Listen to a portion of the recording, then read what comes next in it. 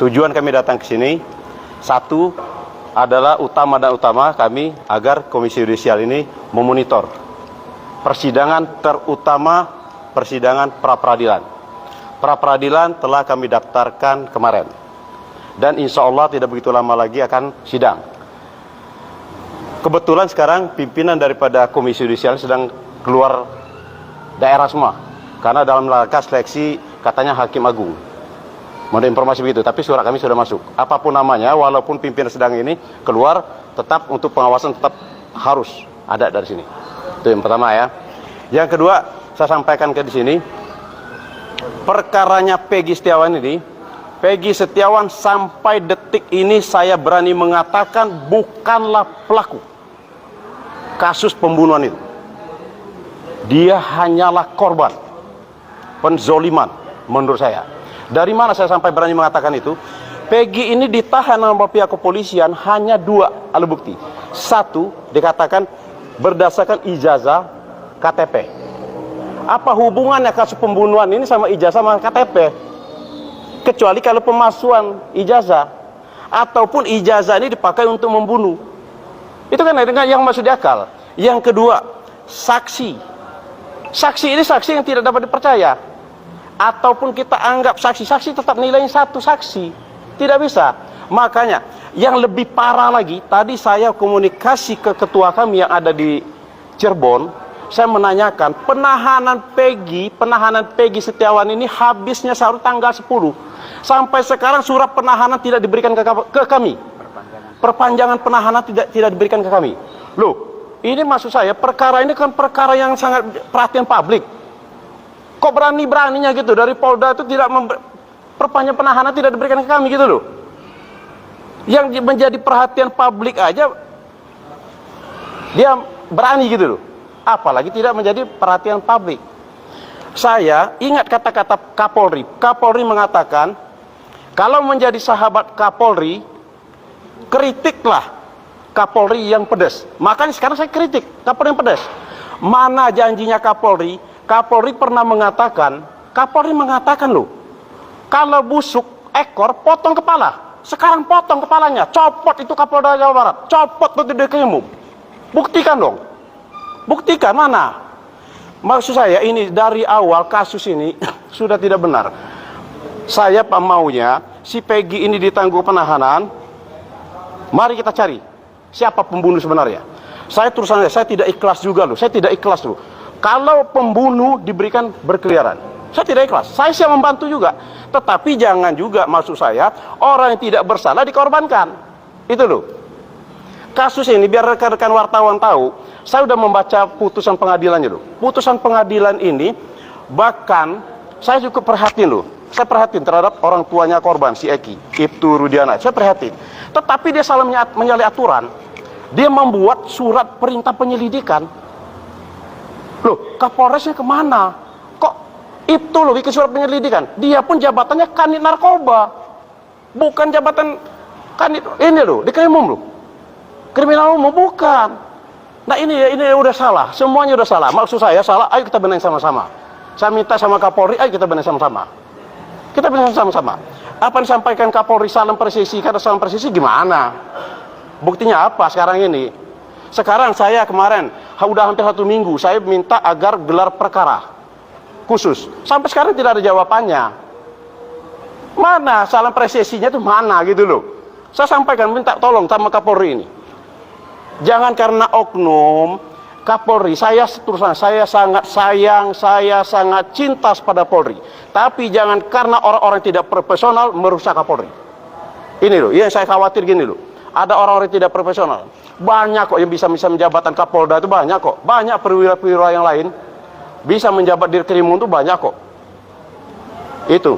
Ya Pak, balik lagi Pak kedatangannya ke Komisi Yudisial ini. Harapannya datang ke Komisi Yudisial ini biar apa Pak nanti? Biar hakim bisa mencermati perkara ini? Ya, betul. Bahkan saya tidak tanggung-tanggung. Kalau ada seandainya terindikasi nanti ada perbuatan melawan hukum, saya akan datang ke KPK. Saya karena background saya tadi, saya kan betul tentara dulu kan, saya itu akan mengambil bagaimana langkah-langkah. Jangan sampai terjadi. Preventif, istilah preventif. Kemarin saya ke Komisi 3. Sekarang saya ke Komisi Yudisial. Saya pun nanti akan datang ke Badan Pengawas Mahkamah Agung. Nah, kalau ke KPK belum. Saya lihat, kalau ada indikasi di pelanggaran hukum, saya akan datang ke KPK. Yang jelas saya maunya perkara ini terang benderang. Saya pun, makanya saya ulangi lagi, saya prihatin terhadap pembunuhan ini. Dan saya pun tidak ikhlas perkara ini yang ngebunuhnya berkeliaran. Tapi jangan juga mengorbankan, mentang-mentang orang lemah dikorbankan di dalam jadikan kambing hitam. Nah, saya tidak ikhlas di sana. Apa Mas bertanya? Kalau untuk surat yang diajukan ini, surat berbentuknya apa Pak? Apakah berbentuk masukan atau saran atau seperti itu? Kami meminta agar Komisi Yudisial turun tangan, turun ke lapangan untuk mengawasi daripada persidangan ini. Preventif, kami minta preventif. Sudah ada komunikasi Pak dengan pihak Komisi Yudisial? Sudah, kebetulan ada di sini komisionernya, ada senior saya. Tapi saya sebutin namanya, ada senior saya di sini. Beliau juga dari tentara. Saya udah komunikasi, kebetulan beliau sekarang lagi di luar daerah. Itu. Mereka siap untuk turun langsung ke lapangan? Kalau menurut dari senior saya, mereka siap untuk mengawasi persidangan ini. Alat buktinya sendiri apa Pak? Gimana? Yang dibawa sekarang alat buktinya apa nih? Untuk meyakinkan si supaya ini tidak bersalah gitu. Meyakinkan ini, kami ada putusan pengadilan. Putusan pengadilan. Ya.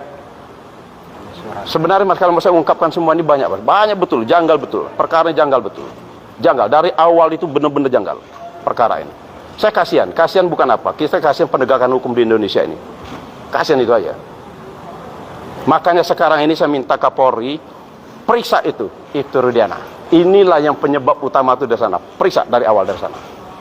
Kalau prihatin, saya prihatin sekali saya atas korban anaknya. Tetapi biar terang benderang tahu penyebabnya apa, bagaimana tuh? Ya dari Rudiana itu.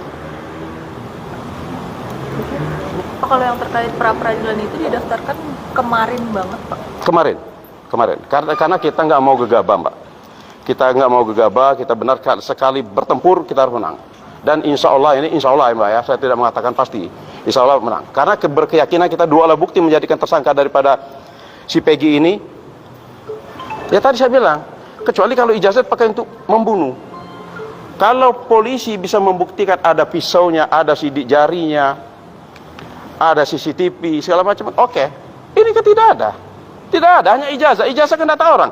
Ya kalau begitu nanti ada kasus pembunuhan, cari itu saksi yang bisa mengatakan dia membunuh. Cari itu ijazah sama KTP. Nggak ada hubungan perkara ini Mbak. Itu sangat lemah. Saya berkeyakinan betul. Insya Allah tapi. Artinya juga dari polisi sendiri belum menjelaskan itu perihal kematiannya seperti apa, apakah ditusuk atau di apa, itu jadi belum tahu sampai sekarang. Kalau menurut putusan pengadilan ya, itu benturan benda tumpul. Sementara Peggy alias Peron, bukan Peggy yang Setiawan ya, Peggy Setiawan ya klien saya. Peggy Peron itu kalau saya membaca putusan dari pengadilan, dia hanya menusuk menggunakan samurai. Yang lebih lucu lagi, pernah saya sampaikan waktu itu acara di TV One, saya sampaikan waktu itu, yang lebih lucu lagi Mas, si Andi sama Dani ini dikatakan fiktif. Padahal perkara ini awalnya adanya dari si Andi. Karena Andi waktu malam tanggal 27 Agustus 2016 mereka meminum minuman keras di warung Ibu Nining. Nah, saya juga menanyakan, Ibu Nining kok tidak dijadikan saksi? Ibu Nining tidak jadi saksi loh. Sekarang kami lagi mencari Ibu Nining itu. Ibu Nining jadi saksi. Mereka tuh awalnya minum di warung itu, dia bercerita, si Andi ini yang fiktif ini, Andi ini bercerita kalau dia mengatakan mereka punya permasalahan sama geng motor ektasi. Tahu-tahu si Eki beberapa jam kemudian lewat menggunakan jaket ektasi. Mereka kejar, mereka tangkap, mereka bawa ke lahan kosong, mereka gebukin. Singkat kata, singkat cerita, mereka mati. Mati ini, korban 2 orang ini, meninggal. Tetapi yang lucu ini, motivasinya dari si Andi ini, kok Andi dikatakan fiktif? Berarti perkara ini perkara fiktif. Tetapi menghukum orang benaran, enggak tanggung-tanggung seumur hidup. Perlu dari bawah ini perkara fiktif.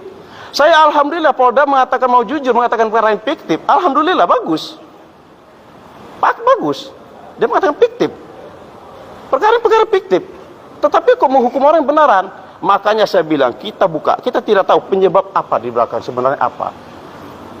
Yang si klien saya bebaskan, ayo kita sama-sama kita mencari. Itu intinya sana.